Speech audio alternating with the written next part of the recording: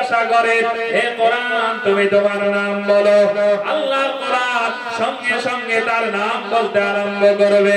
আল্লাহর কোরআন বলবে বাল হুয়া কুরআনুম মাজিদ, বলুন সুবহানাল্লাহ। আল্লাহর কোরআনকে যদি আপনি জিজ্ঞাসা করেন হে কোরআন তুমি তোমার নামটা বলো, আল্লাহর কোরআন নাম বলবে আমার নাম হলো কোরআন। কোরআনকে যদি জিজ্ঞাসা করেন হে কোরআন এই দুনিয়াতে আসার পূর্বে তুমি কোন জায়গাতে সংরক্ষিত অবস্থায় ছিলে, কোন জায়গাতে তোমাকে রাখা হয়েছিল, আল্লাহর কোরআন আপনাকে জবাব দিতে আরম্ভ করবে ফি লাওহিম মাহফুজ। আমার আল্লাহ পাক রব্বুল আলামিনের এই কোরআনটি এমন একটা আসমানি গ্রন্থ, যদি আপনি কথা বলার মতো ক্ষমতা তৈরি করতে পারেন, আল্লাহ কোরআন আপনাকে কথা বলবে। যখন জিজ্ঞাসা করবেন হে কোরআন তুমি তোমার নাম বলো, নামটা বলে দিবে আমার নাম হলো কোরআনুল মাজিদ। যদি বলেন কোথায় ছিলে, কোরআন বলবে ফি লাওহিম মাহফুজ, আমি লাওহে মাহফুজে সংরক্ষিত অবস্থায় ছিলাম।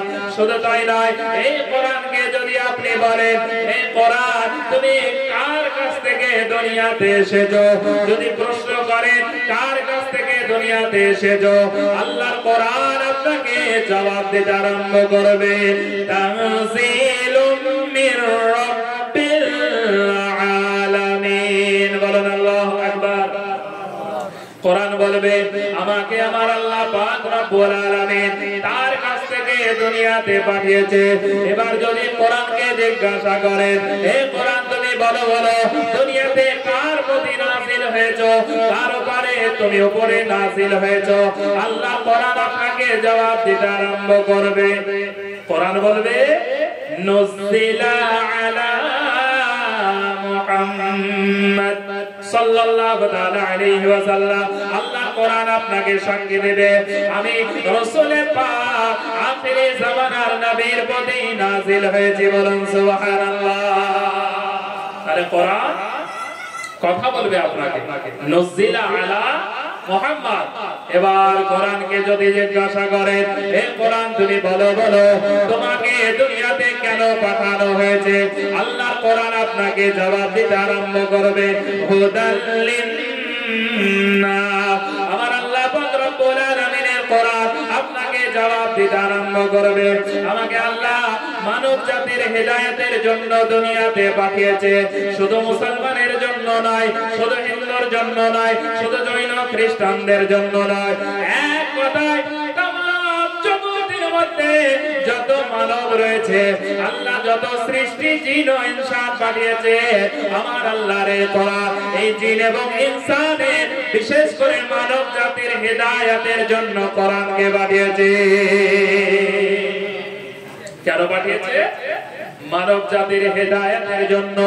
আচ্ছা দুনিয়াতে শুধু কি এই কোরআন আসমানি গ্রন্থ বা এই কোরআন কি শুধুমাত্র একমাত্র কিতাব ধর্মগ্রন্থ, এছাড়া কি অন্য কোনো ধর্মগ্রন্থ নেই? অবশ্যই প্রত্যেকটা ধর্মের ধর্মগ্রন্থ আছে।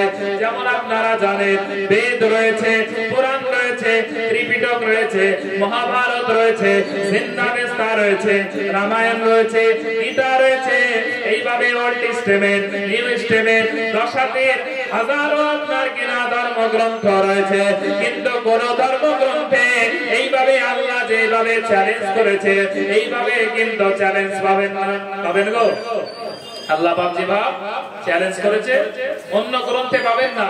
আল্লাহ পাক রব্বুল আলামিন তিনি বলেন in the name of Allah the most gracious, the most merciful, there is no doubt in the holy Quran. আল্লাহ পাক রব্বুল আলামিন তিনি বলেন এটি এমন একটি আমার গ্রন্থ, এটি এমন একটি আমার কিতাব যার মধ্যে কোনো ত্রুটি পাবেন না, কোনো ভুল পাবেন না।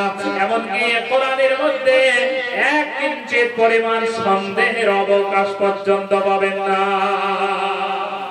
কোরআনে এক ফোঁটাও সন্দেহ পাবেন না, কোন ধরনের সন্দেহ নাই। তো যাই হোক এই কোরআনকে যেমনই আমরা প্রশ্ন করি তেমনই প্রশ্নের উত্তর যদি দিতে পারে তাহলে কোরআনকে আমরা এবার জিজ্ঞাসা করি যে হে কোরআন তুমি বলো আমরা কাকে মেনে চলবো, কাকে অনুসরণ করে চলবো, কাকে দেখে ফলো করে চলবো? আল্লাহর কোরআনকে যদি আমরা জিজ্ঞাসা করি, আল্লাহ কোরআন তার সঙ্গে সঙ্গে সাক্ষী দিয়ে দেবে। বিসমিল্লাহির রহমানির রহিম। লাকাদ কানা লাকুম ফি রাসূলিল্লাহি উসওয়াতুন হাসানাহ। কোরআন কি বলবে? লাকাদ কানা লাকুম ফি রাসূলিল্লাহি উসওয়াতুন হাসানাহ, অর্থাৎ নবীর চরিত্র, নবীর আদর্শ তোমাদের জন্য নমুনা স্বরূপ।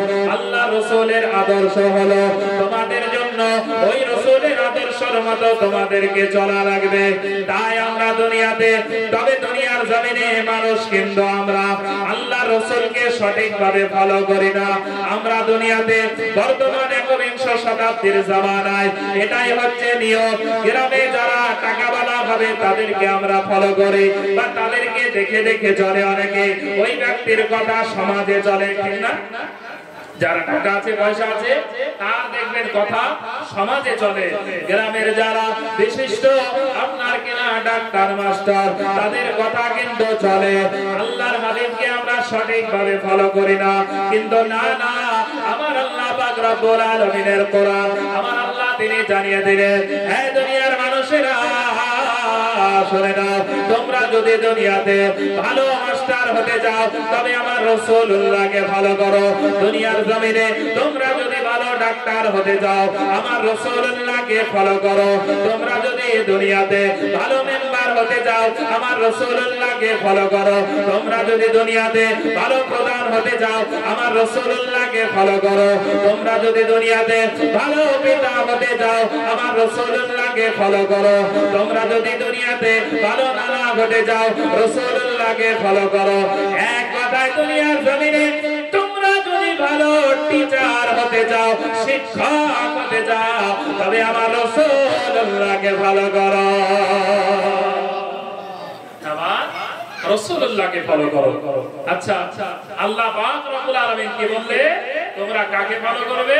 রাসূলুল্লাহকে ফলো করবে। কেন? ওনার আদর্শ কেমন ছিল? আমার আপনার নবী সম্পর্কে আল্লাহ পাক রব্বুল আলামিন সূরা কলমের 4 নম্বর আয়াতের মধ্যে তিনি বলেন, বিসমিল্লাহির রহমানির রহিম, ওয়া ইন্নাকা লাআলা খুলুকিন আযীম। আমার আল্লাহ পাক রব্বুল আলামিন তিনি বলেন, নিশ্চয় নবীর চরিত্র, নবীর আপনার কিনা আখলাক হচ্ছে উত্তম আখলাক, উত্তম চরিত্র। দুনিয়ার জমিনে আমার আপনার নবীর মতো কারো চরিত্র দুনিয়াতে হবে না। যতই সুন্দর আপনার কিনা গ্রামের প্রধান মেম্বার হোক না কেন, আমার রাসূলুল্লাহর মতো চরিত্র কারো হতে পারবে না। পারবে গো? কারো হতে পারবে না। কবিতায় বলে, হয়নি, হবে না, হতে পারে না আমার নবীর সাথে কারো তুলনা। মহব্বতে বলেন সুবহানাল্লাহ। হয়নি, হবে না, হতে পারে না আমার নবীর সাথে কারো তুলনা। আরে তুলনা তো দূরের কথা, ছায়াও মিলে না। হয়নি, হবে না, হতে পারে না আমার নবীর সাথে কারো তুলনা। হযরত ইউসুফকে দেখে যারা আঙুল কেটেছে, তারা কি মোর নবীর রূপ দেখেছে? হযরত ইউসুফকে দেখে যারা আঙুল কেটেছে, তারা কি মোর নবীর রূপ দেখেছে?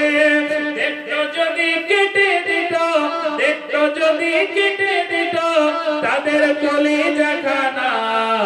হয়নি, হবে না, হতে পারে না আমার নবীর সাথে কারো তুলনা। আরে তুলনা তো দূরের কথা, ছায়া মিলে না। হয়নি, হবে না, হতে পারে না আমার নবীর সাথে কারো তুলনা।